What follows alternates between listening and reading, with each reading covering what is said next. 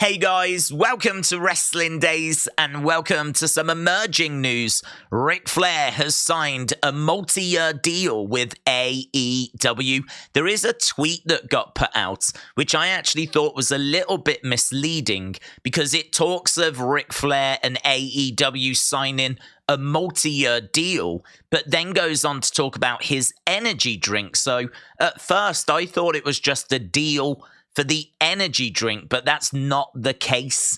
You can see here, Flair signs multi-year contract. Flair's Wooooo Energy has also been named the official energy drink of AEW. If we go down, this is the Wrestling Observer website. There is a press release that does bring some more clarity to this. So last Wednesday, the Nature Boy made his epic return to TBS more than 35 years since the Flair-Sting rivalry first began on the Superstation. It's truly an honor to welcome the legend himself and Wooooo Energy to AEW. Rick cemented his legacy of one of the greatest professional wrestlers of all time long ago, and now his world-renowned persona and his amazing wrestling mind will be major assets to AEW's programming and our position globally. Most importantly, it's fitting that the final chapter of Sting's iconic career will unfold on TBS with Ric Flair by his side. There is a quote here as well from Ric Flair.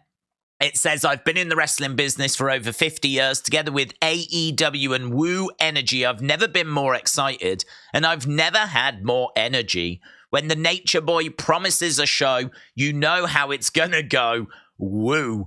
Sting is set for his retirement match in 2024. So, yeah, there's a lot to this. There's a little bit here from Dave Meltzer, just talking about how this was delayed due to that plane ride from hell, Dark Side of the Ring episode. We've spoke about that on our live stream. The fact that this is a big name, but the reason he's not been in earlier is because there's been some accusations made, some allegations made, which Ric Flair denies, and that stalled things. But Tony Khan really wanted him to be a part of this Sting farewell, this Sting retirement. Obviously, no words as to whether this is going to lead to one more Ric Flair match. We know that he wasn't happy with how his last match went, but he wants to redo that. I don't know that AEW are going to allow him to do that. I would hope that AEW are not going to allow him to do that because we all saw how that last one went. It wasn't good. And honestly, there's no guarantee that the next one is going to be better. In fact, the next one might be even more horrific. Rick was passing out in that last match, so we do need to be careful of someone who is struggling to let this go and someone who has had health problems and someone that is in their 70s. This is going to divide opinion. A lot of people saying this is not the signing that AEW needs, but then there's people out there saying this is the signing that AEW needs, or at least is going to help their position globally.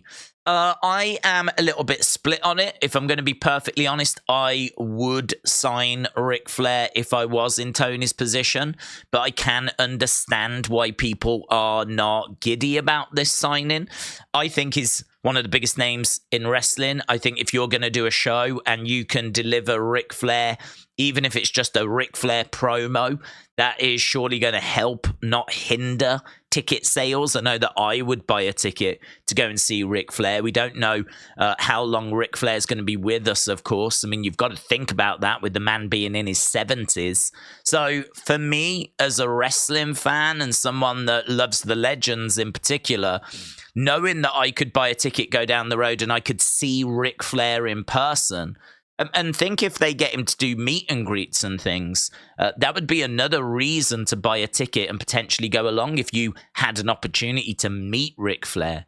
So for me, this is fine. I don't have a problem with them signing Ric Flair to a multi-year deal, but there's a lot of people out there that do. And let me know your thoughts down in the comments below. Is this a good signing?